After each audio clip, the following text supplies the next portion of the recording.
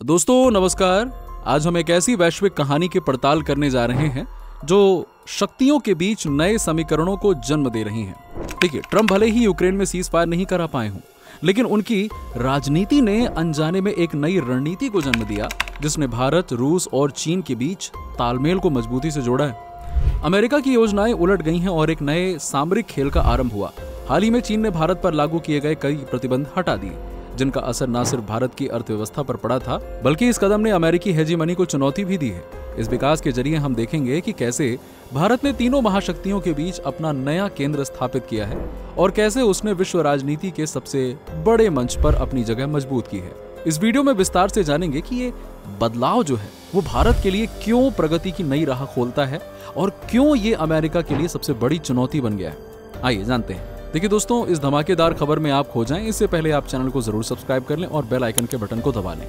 आपका ये छोटा सा काम हमारे चैनल की रीच को बढ़ाने और हमारे मोटिवेशन को बनाए रखने में मदद करता है। चलिए, सबसे पहले बात करते हैं उन प्रतिबंधों की जिन्हें चीन ने भारत पर कई महीनों पहले लागू कर दिया था। और ये प्रतिबंध भारत के महत्वपूर्ण इंफ्रास्ट्रक्चर प्रोजेक्ट्स को ठप करने के लिए लगाए गए थे, जैसे कि मान के चलिए टनल बोरिंग मशीनों, कई दुर्लभ पृथ्वी धातुओं यानी कि रेयर अर्थ मेटल्स और मैग्नेट्स की सप्लाई पर रोक। तो कुल मिलाकर ये सारी चीजें ना भारत के टेक्नोलॉजी और मैन्युफैक्चरिंग उद्योग के लिए मेरुदंड साबित हो रही थीं। उन्हीं पे उन्होंने चोट कर दिया। बिना इन संसाधनों के भारत के कई इंडस्ट्रियल सेक्टर्स जकड़े हुए थे, यानी कि काम नहीं हो पा रहा था। खासकर मेट्रो सुरंगों का निर्माण, हाईवे निर्माण, इलेक्ट्रिक वाहन बैटरियां और डिफेंस प्रोजेक्ट्स में अतिरिक्त चुनौतियां आ रही थीं। सारे प्रोजेक्ट्स में कहीं ना कहीं प्रॉब्लम आ ही रही थी। 2025 में चीन ने अचानक से ये प्रतिबंध हटा दिया, जी हाँ, जिससे भारत को इस लड़ाई में बड़ी राहत मिली और उसकी आर्थिक गतिविधियों को एक नया आयाम मिला।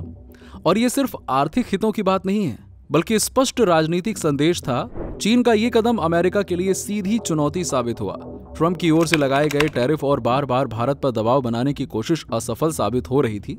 और जब अमेरिका चाहता था कि भारत रूस से दूरी बनाए और पश्चिमी देशों के पक्ष में खड़ा हो, तो भारत ने अपने हितों को सबसे ऊपर रखा। रूस से सस्ते तेल की सप्लाई जारी रखी, अमेरिका से रक्षा और तकनीकी सहयोग बनाए रखा और चीन से जरूरी इंडस्ट्रियल बैकबोन यानी कि मिनरल्स और मशीनरी की सप्लाई स्वतंत्रता हासिल की।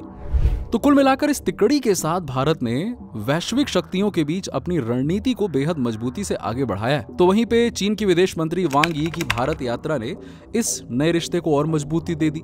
उनकी इस यात्रा के दौरान विदेश मंत्री एस जयशंकर, राष्ट्रीय सुरक्षा सलाहकार अजीत डोभाल और प्रधानमंत्री नरेंद्र मोदी से मुलाकात हुई उनकी, जिनमें द्विपक्षीय संबंध सुधारने और व्यापारिक बाधाओं को दूर करने पर गहन चर्चा हुई। इसके तुरंत बाद चीन ने भारत पर लगे प्रतिबंध हटाकर महत्वपूर्ण संकेत दिया कि वो भारत के साथ नए तरह की साझेदारी करना चाहता है। इसमें दोनों का फायदा होगा और ये कदम दक्षिण एशिया में एक बड़े भू राजनीतिक बदलाव की शुरुआत मानी जा रही है। अब यहाँ आपको अंदाजा लगाना चाहिए कि दुनिया के 90% रेयर अर्थ मिनरल्स चीन के पास हैं और ये मिनरल सिर्फ इलेक्ट्रॉनिक्स या वाहन बनाने के लिए नहीं लगते, बल्कि आधुनिक मिसाइल सिस्टम, एयरक्राफ्ट डिफेंस तकनीक और उन्नत ग्रीन एनर्जी सुरक्षा प्रणालियों के लिए भी तो यही रेयर अर्थ मटेरियल्स चाहिए होते हैं।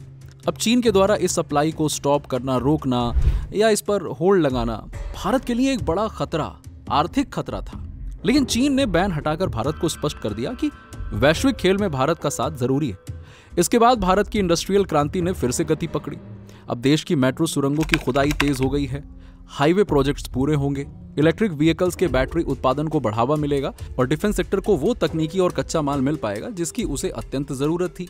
इस पूरी मिश्रित रणनीति में अमेरिका के राष्ट्रपति डोनाल्ड ट्रंप की सबसे बड़ी चिंता ये है कि भारत तीनों महाशक्तियों रूस, अमेरिका और चीन के साथ संतुलन बना चुका है।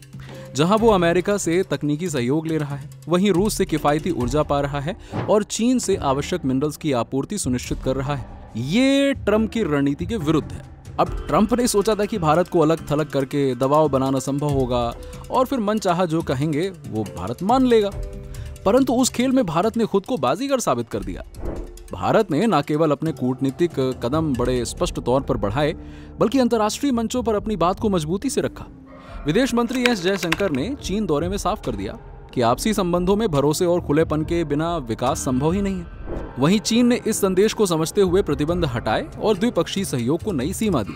अब ये ठीक उसी तरह से है जैसे कोई बाधा हटाकर रास्ता साफ कर दिया गया हो और इससे भारत की अर्थव्यवस्था और सुरक्षा को फायदा मिलेगा। उधर ट्रंप की बात कर लेते हैं। अब क्या है कि ट्रंप और अमेरिकी प्रशासन भारत और चीन की इस नई रणनीति से बहुत बुरी तरह से परेशान है। उनके टैरिफ और ब्लैकमेलिंग की कोशिशें नाकाम साबित हुई हैं। अमेरिकी थिंक टैंक्स लगातार ये बात कर रहे हैं कि अगर भारत और चीन करीब आ जाते हैं तो अमेरिका का एशिया पर दबदबा कमजोर हो जाएगा। इसका मतलब ये है कि अमेरिकी सत्ता में बैठे लोगों की नींद हराम हो चुकी है भारत और चीन के समीकरण से, और वो भारत पर आरोप प्रत्यारोप लगा रहे हैं। लेकिन मैं आपको बताऊं, हकीकत ये है कि भारत की रणनीति ने तीनों के बीच में एक संतुलन स्थापित कर दिया है, जिसमें कोई भी पक्ष अकेले भारत को दबा ही नहीं सकता। अब यहाँ पे ना सबसे बड़ी बात एक समझने की ये है कि ये केवल मिनरल्स या सप्लाई चेन का मामला नहीं है, बल्कि ये 21वीं सदी की असली ताकत है। आज के कंप्यूटर से लेकर मिसाइल तक, इलेक्ट्रिक व्हीकल से लेकर ग्रीन एनर्जी तक, हर क्षेत्र में इन मिनरल्स की अहमियत बताने की जरूरत तो है ही नहीं। और चीन का ये कदम भारत की औद्योगिक ताकत के लिए ऑक्सीजन की तरह है। सही कहा गया है, जहां ताकत है वहां रास्ता भी है। अब ट्रंप की नाराजगी भी समझ में आती है, क्योंकि उनका पूरा प्लान भारत को कमजोर कर उसकी रणनीति को तोड़ना था, पर भारत ने उसी खेल में उन्हें मात दे दी। चीन ने सप्लाई खोली, रूस ने किफायती ऊर्जा जारी रखा, यानी कि पेट्रोल और सारी चीजें, और अमेरिका से रक्षा तथा तकनीकी साझेदारी मजबूत की भारत ने। तो अब ये तीनों महाशक्तियां भारत को नजरअंदाज नहीं कर सकती हैं, और यही भारत की सबसे बड़ी सफलता है। अब नजदीक से देखें तो भारत की इस रणनीति में मेट्रो, हाईवे, ऊर्जा, डिफेंस और इलेक्ट्रिक वाहन उद्योग को नई गति दी गई है। ये सभी ऐसे सेक्टर हैं जिन्हें ट्रंप रोकना चाहते थे, लेकिन अब वो तेजी से आगे बढ़ रहे हैं। इसीलिए ट्रंप का मीडिया और राजनीतिक बयानबाजी तेज हो गई है, लेकिन वास्तविकता बड़ी उलट है। भारत ने यह भी प्रमाणित कर दिया है कि वो दबाव में तो नहीं आने वाला, चाहे कुछ भी हो जाए, बल्कि मजबूती से अपने हितों की रक्षा करेगा। देखिए, पिछले कई महीनों की घटनाएं और नए समझौते यही तो दर्शाते हैं कि भारत अब वैश्विक ताकतों की इस जटिल राजनीति में एक प्रभावशाली खिलाड़ी बन चुका है। तो दोस्तों, आने वाले समय में ये रणनीति और भी स्पष्ट होगी। वैसे आपके क्या विचार हैं इस रणनीति पर? क्या भारत इन चुनौतियों का सामना करते हुए अपने सभी लक्ष्यों को हासिल कर पाएगा, या फिर ट्रंप और अमेरिका नई बाधाएं खड़ी करेंगे? अपनी राय हमें नीचे कमेंट सेक्शन में जरूर बताइएगा और वीडियो को लाइक और शेयर करें। दोस्तों, इस वीडियो को आप जरूर हाइप करें। हाइप का ऑप्शन आपको इस वीडियो के नीचे कमेंट्स को लेफ्ट में स्लाइड करके, यानी कि सरकाने से दिख जाएगा। धन्यवाद। जय हिंद, जय भारत।